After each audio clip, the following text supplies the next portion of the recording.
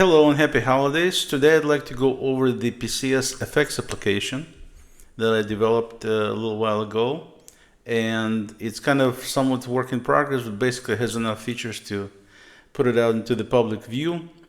So let's just go over it and see what it can do. So when you start it up, it looks like this, where you basically upload an image you want to work on, and then you go from there. So we click on upload your image, it comes up and asks us to upload any image we want. Let's go with this image here, and we'll just work with this and see what it does. So here's just basically a photo-like image. This happens to be an image, but you get the idea. You can use regular photo if you want. And then you can start doing transformations using any of the effects shown here. So we'll just go quickly one by one, see what it does. So when you click on the effect, after you load it, it'll show you the original on the left side and the resulting image would be on the right side. Most of these take probably, I would say, maybe 10 to 15 seconds to generate. So it's not instantaneous, but it's relatively quickly. So there we go. And you're watching in real time here. So this is what grayscale looks like. Then we can go and click and select a different effect. So we'll go with color choke. Again, on the left you see the original, on the right you'll see the effect being applied. And so color choke looks like this.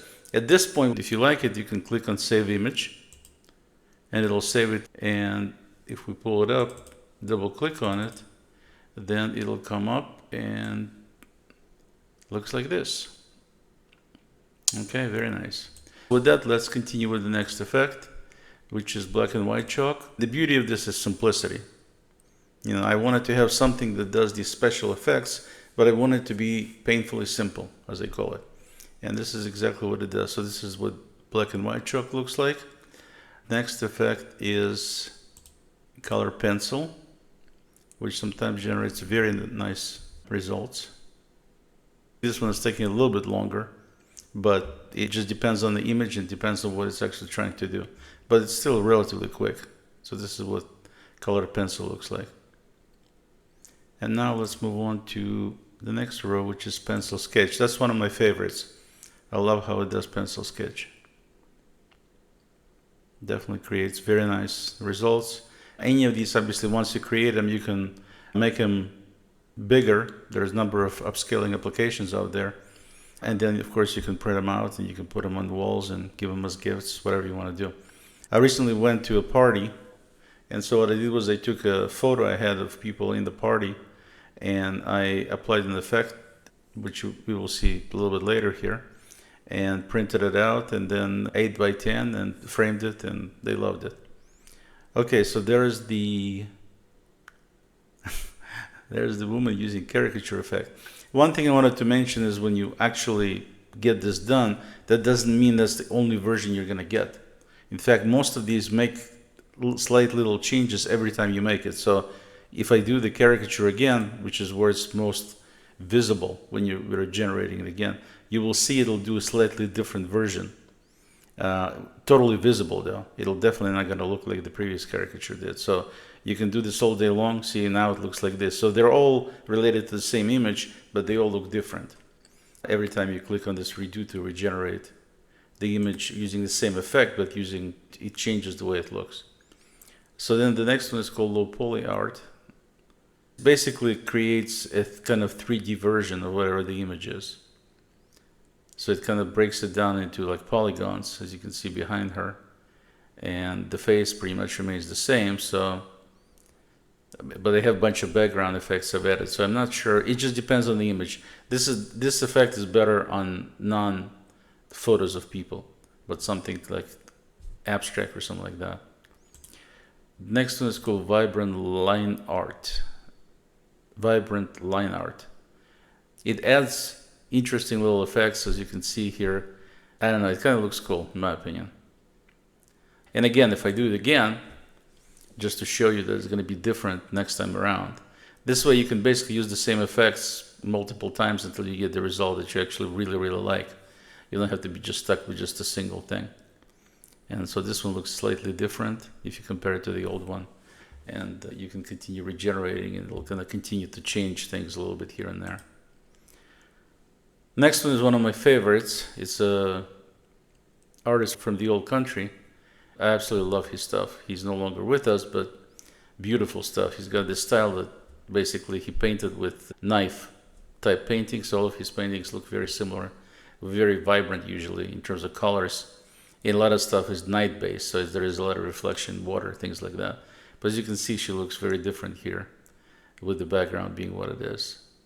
And if we do a redo to see it again, it'll look different, as you can see right there. Similar, but different.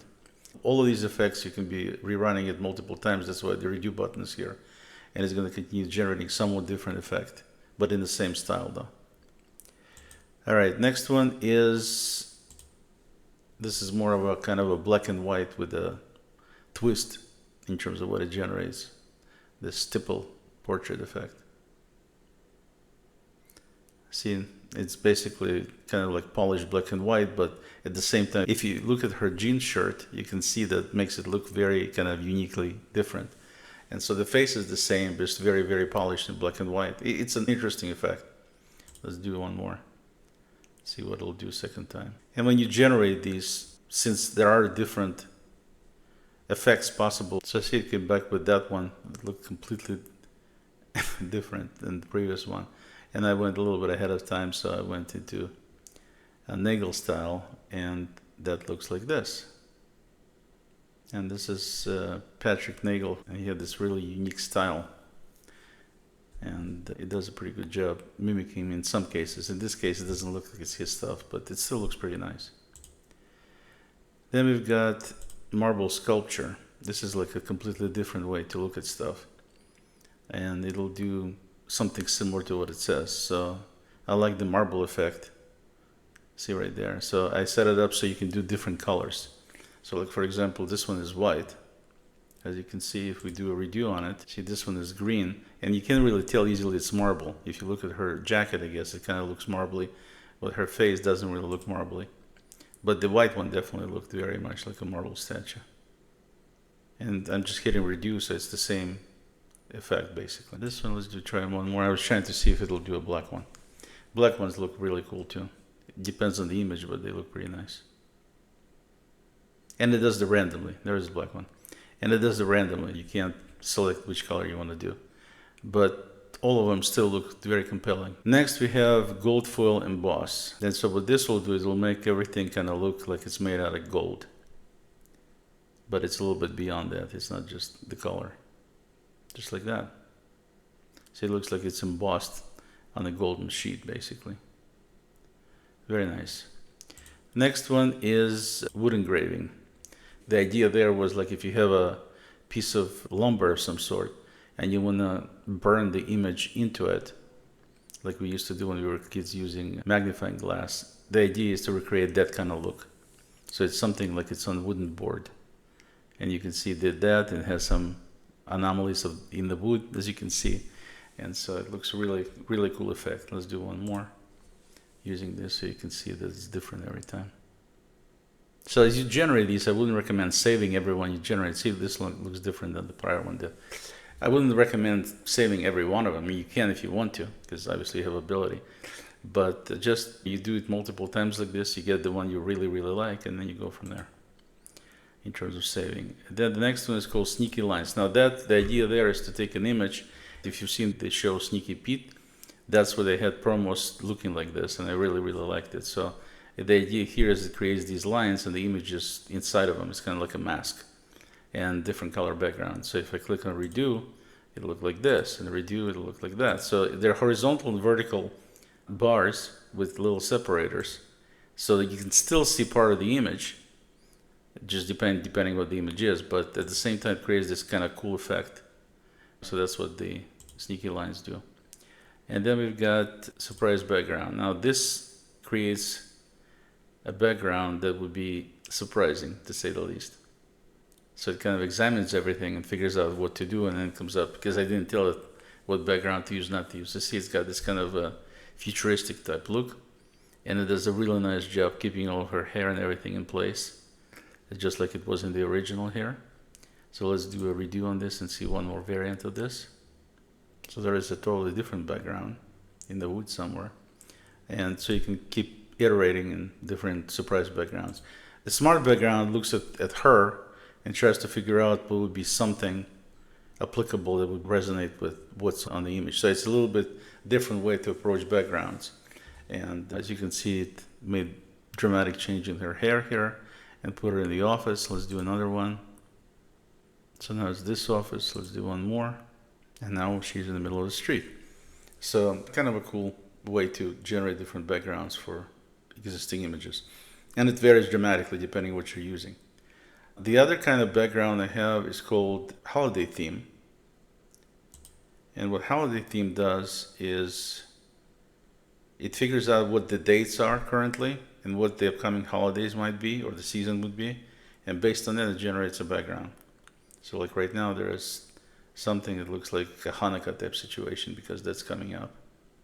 Keep in mind that it generates the new images to be exactly the same size as the original image was. So it doesn't make it any wider or any taller or anything, it's just the same. If you're looking for a 16 by 9 image, you might want to throw this one to 16 by 9 shell and fill in the rest of the colors with just background color like this if you want to have all the images generated in 16 by 9 aspect ratio. So there is a Christmas deal there. Let's do one more. And now she's in the snow. Because, like I said, it depends on the dates. So that's what the holiday theme does. The next one is called monogram tint. That's like what some people refer to as duotone. It's very similar to duotone. So it creates a hue. Everything looks like it was painted with a certain hue, certain color, in other words. It's the same color, pretty much, but different variations of that color, I guess. And let's do one more. So that one's kind of brownish. One more brownish. Let's do one more. Again, this is random. So it's going to pick colors however it wants to pick them. And so sometimes the colors will be the same. And sometimes, like this time, they're different. So now this is kind of a bluish type tint. So it's not exactly duotone, but it's similar. But it's a cool effect. I like how it does it. Okay. I can't show you double exposure because it's got a bug in it. So I'll fix it and then it'll work. But in the meantime, I'll show you what random combo does. So when you click on random combo, what it'll do, it'll come up with two of the existing effects, any of two. It'll figure out on its own which ones. And it's going to combine them by doing one and then applying the second one. So in other words, instead of you saving an image and then doing a second effect on it, it does it automatically in one click. And so it takes twice as long roughly to get it done, depending on which effect you use. But in this case, it's going to put some kind of background together for her. And also it's going to create a caricature of the end result. So we'll see what it looks like. It looks like this. I guess she's got a long neck. So that's the example right there where it's doing basically smart background. And it's also doing the caricature. Let's try another one. And let's do, just click on it again to do some other effect.